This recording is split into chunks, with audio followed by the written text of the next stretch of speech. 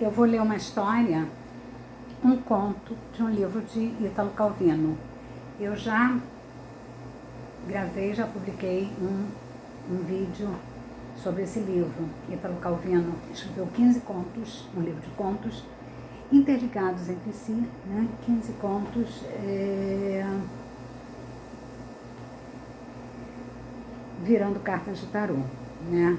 Eu vou deixar embaixo o link para quem quiser ver toda a explicação que eu dei no primeiro vídeo que eu postei sobre o assunto. O que acontece? Para resumir, um castelo antigo, castelo medieval, num tempo, né, não indicado, lugar não indicado, provavelmente na própria Itália, e um castelo que acabou se tornando nos tempos modernos, né, perdeu a aristocracia e acabou se tornando uma pousada de pernoite para viajantes.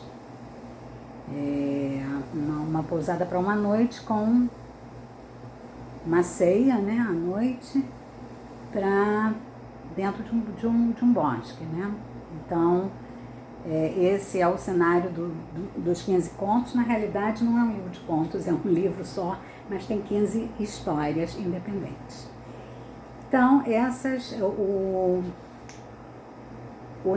narrador em primeira pessoa, né? Quer dizer, não é o autor, mas o narrador é eu. É o autor em primeira pessoa e ele é um dos que vai passar a noite nessa pousada. Chegando lá, ele é levado para a mesa, né, onde vai ser servido um jantar, e ele vê que tem outros hóspedes também, hóspedes por uma noite, mas ninguém fala nada.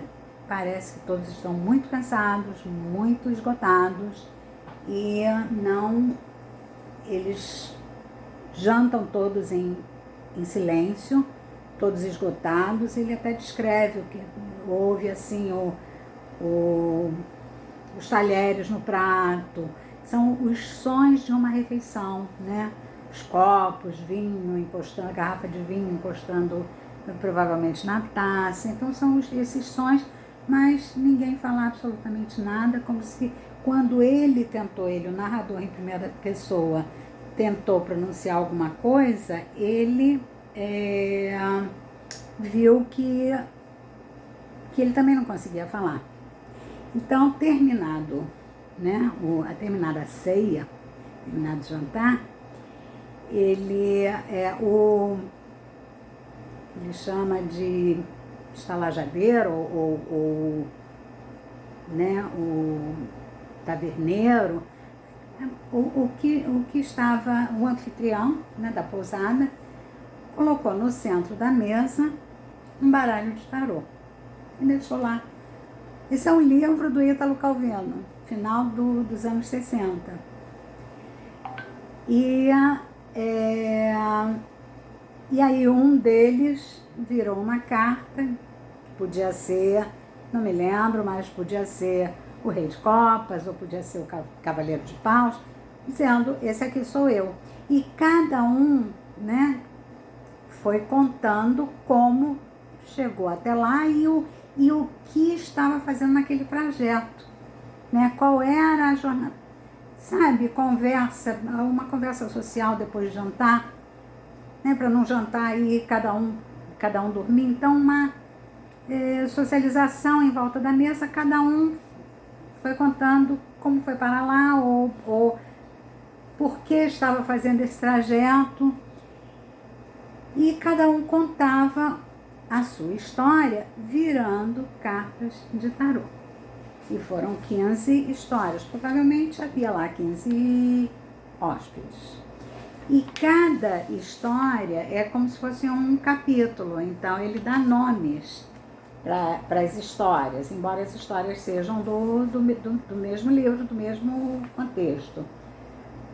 Então, por exemplo, aí ele faz um espaço assim, entre uma história e outra, e diz o nome. Duas histórias nas quais se procura e se perde. Uma outra aqui, História do Reino dos Vampiros. Aí a última é Também Tento Contar a Minha. O que acontece aqui? Aqui acontece um fato, um fenômeno literário extraordinário. Extraordinário.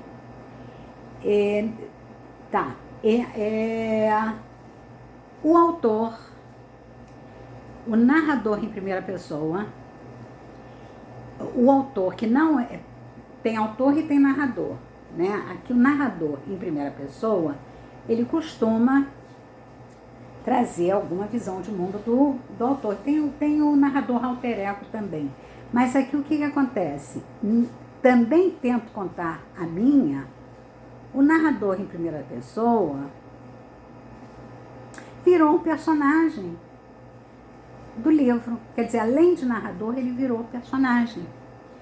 Então, esse Também Tento Contar a Minha, virando cartas de tarô, nós vamos ver que a história que ele conta, virando as cartas de tarô, é a história do autor.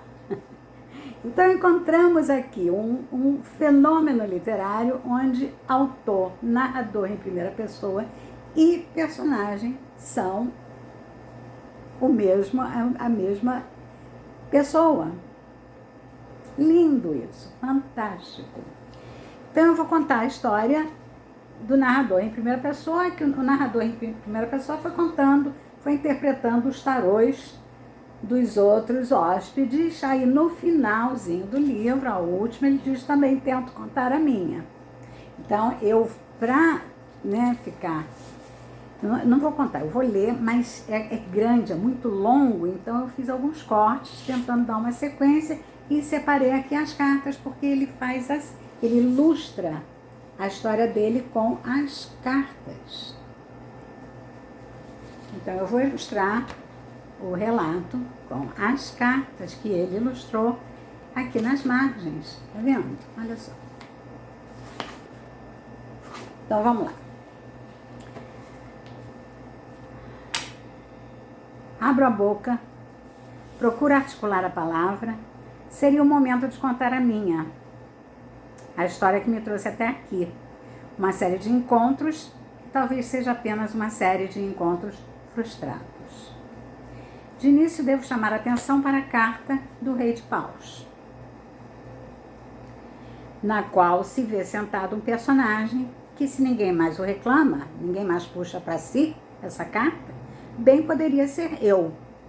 Tanto que ele manobra um instrumento afiado com a ponta voltada para baixo, como eu estou fazendo nesse momento.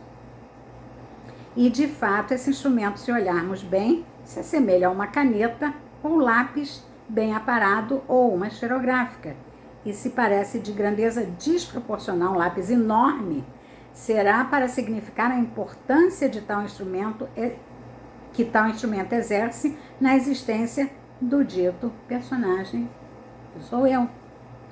Então, aí alguém pode dizer: não, aqui o personagem é um narrador em primeira pessoa. Mas ele está dizendo que ele está segurando o lápis. Ele diz: eu sou o Rei de Paus, que assim como o Rei de Paus está segurando um objeto, né, muito semelhante a uma caneta, uma pena, ou uma caneta, um lápis, uma esferográfica, como eu estou fazendo nesse momento. Então, temos aqui uma mistura de autor e narrador em primeira pessoa, e é o personagem. Muito bem. Pelo que sei, foi exatamente o fio negro que brota da ponta desse cetro a estrada que me trouxe até aqui. Então, o risco desse lápis, né, foi a estrada que me trouxe até aqui. Foi exatamente o fio negro que brota da ponta desse cetro, a estrada que me trouxe até aqui, donde não se excluir o Rei de Paus, seja o que me cabe. E nesse caso, o termo paus deve ser compreendido no sentido dessas barras que fazem as crianças na escola. Primeiro rabisco de quem procura se comunicar traçando signos, ou no sentido de troncos de pinheiro dos quais se extrai a branca celulose e dos quais se desfolham resmas de páginas prontas para serem escritas. Não vamos esquecer que o castelo hoje, Pousada, está dentro de um denso bosque. Todos os outros hóspedes falam, né, do bosque. Então aqui ele está dizendo que esse é um lápis e o que me trouxe até aqui foi um risco. E para provar que isso aqui é um lápis e que esse aqui sou eu, seja o narrador em primeira pessoa, seja o autor, isso lembra os riscos, né? Os rabiscos, os primeiros rabiscos da criança com o lápis, ou representativa também do bosque. Então ele retira o 7 de copas e diz assim: todas essas copas, são taças, né? Não passam de tinteiros secos, à espera de que a tinta venha à tona. Mas nada vem. E aí ele puxa a temperança, que segura 2 taças, também na esperança de encher os tinteiros vazios. Mas nada vem. O valete de copas assim me retrata enquanto me inclino a escutar dentro do invólucro de mim mesmo e não tenho um ar satisfeito. Bastante tenho que sacudir e espremer, minha alma é um tinteiro vazio. Quer dizer, é um escritor em busca de um enredo. Isso me lembra me lembra um pouco um soneto de Machado de Assis, o capítulo Soneto de Machado de Assis, em que ele tenta criar um soneto e até oferece para o leitor. Então aqui nós temos os tinteiros vazios, né? E aqui mostra eu de novo, né? Minha alma é um tinteiro vazio. Então quem escreve sabe que há momentos de vazio, em busca de um enredo.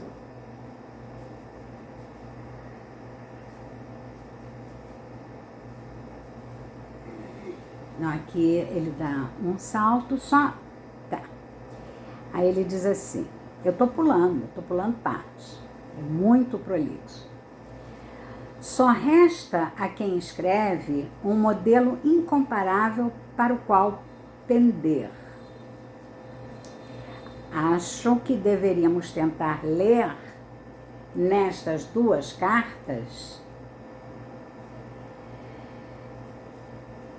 um enredo que seriam as 2 irmãs, a Rainha de Copas e a Rainha de Espadas. Contar uma história a respeito dessas 2 irmãs. A Rainha de Copas, angélica, e a Rainha de Espadas, perversa. Tudo isso é como um sonho que a palavra traz em si e que, passando através daquele que escreve, liberta a si mesmo e também a ele. A palavra liberta a si mesma e liberta o escritor. Então ele está falando de tudo. Ele está falando de tarô, ele está falando de literatura, está falando de processo criativo. Que maravilha. Na escrita, o que fala é o reprimido, mas já agora o Papa de Barbas Brancas, aí ele tira o Papa, poderia ser o grande pastor de almas e intérprete de sonhos. Aí ele entra numa história universal, que é o Édipo Rei, que eu não vou ler, como representação de todas as histórias, né? simbolicamente, ainda divagando e filosofando a respeito de literatura. Aí ele faz esse comentário: de tudo isso, a escrita adverte a literatura, né? A literatura adverte como oráculo e purifica como tragédia. Aí isso me lembra a poética de Aristóteles, né? Como a tragédia purifica o leitor, o autor e o leitor. Tiro mais uma carta e mais uma e mais outra. Ele diz assim: descarto um tarô, descarto outro e logo me vejo com 3 cartas na mão: o cavaleiro de espadas, o eremita e o mago. São representações de mim mesmo, como de tempos em tempos me imagino, enquanto continuo a estar sentado a mover a pena de cima para baixo sobre o papel. Pelos caminhos de tinta afasta-se em galope o impulso guerreiro da juventude, a ânsia existencial, a energia da aventura, despendida numa carnificina de emendas e folhas de papel atiradas à cesta. Quem nunca, né? E na carta que segue, vejo-me nas vestes de um velho monge, o eremita, segregado há anos em sua cela, rato de biblioteca, que procura à luz de lanterna uma sabedoria esquecida entre as notas ao pé das páginas e as remissões dos índices analíticos. Talvez haja chegado o momento de admitir que o tarô número 1, né, o arcano número 1, é o único que representa honestamente aquilo que consegui ser. Um ilusionista que dispõe sobre a banca de feira um certo número de figuras e, deslocando-as, reunindo-as ou trocando-as de lugar, obtém um certo número de efeitos. Ele continua, né, com a história, mas eu acho que vou parar por aqui para o vídeo não ficar muito longo. Eu vou parar mesmo, não vou comentar. Posso falar mais sobre isso, vou deixar postado embaixo o link do outro vídeo explicativo com a história de um dos ótimos. Muito obrigada e até o próximo vídeo. Tchau!